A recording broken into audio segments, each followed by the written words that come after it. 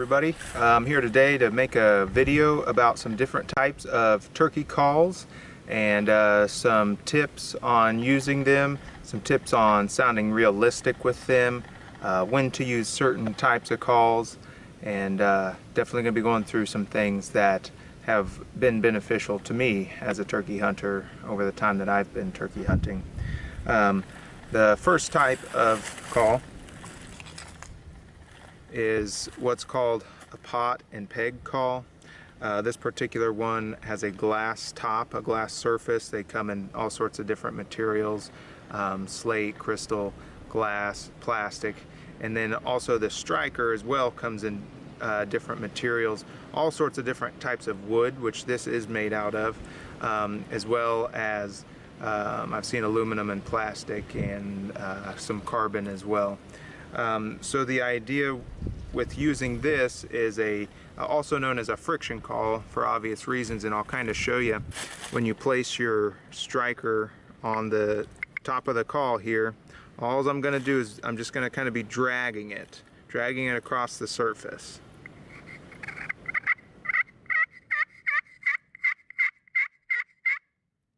And it makes a sound. It's got holes in the back to allow the volume to go farther, to be heard more.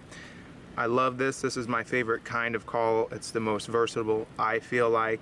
You can get all sorts of different ranges of sounds, pitches of sounds. You can adjust your volume easily, which is very important as well. When you're using these, if you're using your striker farther out towards the edge of the call rather than towards the center, you get a higher pitch sound. This would replicate usually more of a jake, a young male turkey, some of the sounds they make, or sometimes turkeys who are separated from each other trying to find themselves back together will use kind of this higher pitched key call, or key run it's called.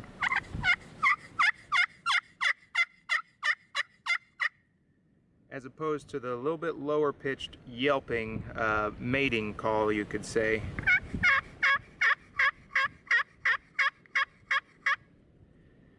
And toms that do their yelping, they are actually a lower and slower kind of yelp. Kind of like if you go more towards the center of the call and use it this way, that's more of a yelp of a tom compared to this.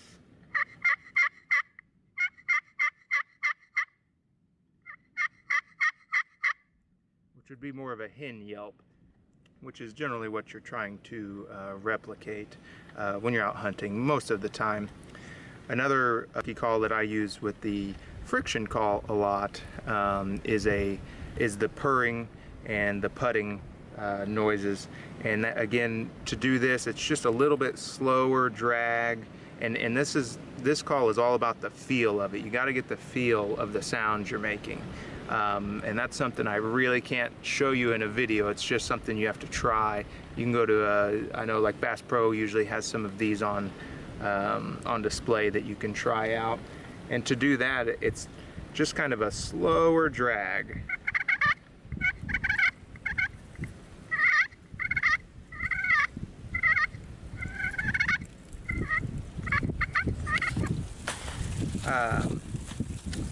And you'll find kind of sometimes as you get to using your friction call more and more, it seems like it doesn't want to make much sound, and that's when you want to condition your call. You can get one of these little conditioners.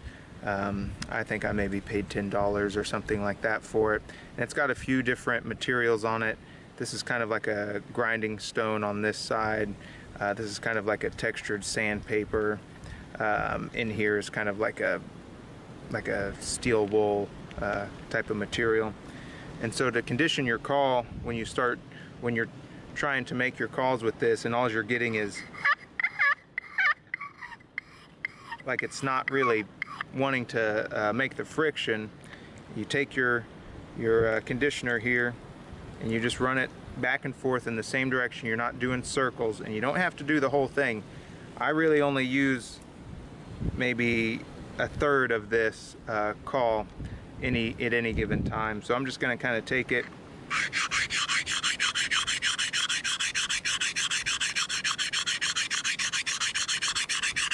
run it back and forth across there,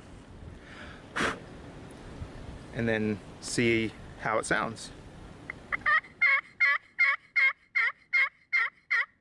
Sounds pretty good. Made a difference. I can feel the difference when I do it.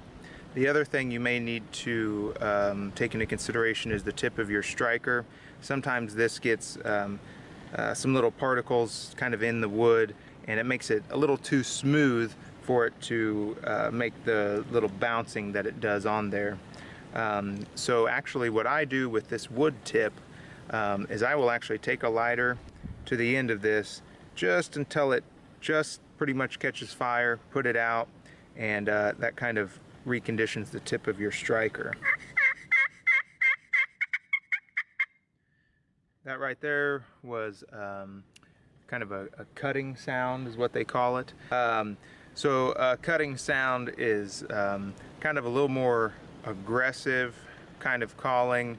Hens and toms both do it, and that can be something you can use to kind of entice a turkey in your area or to your area. Sometimes turkeys will do it when they get excited about something or they're upset about something, and it can draw some other turkeys in. Turkeys are very curious animals, and you can use that to your advantage sometimes with things like this. You know, you make some of these cutting sounds and you can intertwine some yelps in there, and it just gives this really excited sound, and sometimes that will be enough to draw a curious tom into gun or bow range. So some of the cutting and yelping you can put together may sound something like this.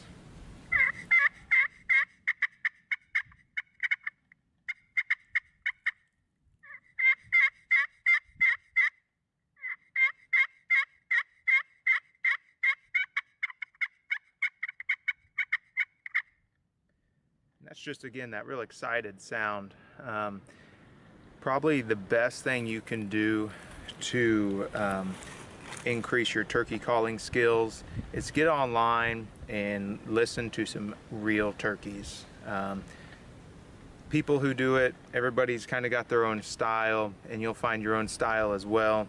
The best thing you can do is just to listen to actual real turkeys talking out in the woods, or like I said, online, and just hear that rhythm and the cadence that they have, the pitches that they use, and how they respond to one another.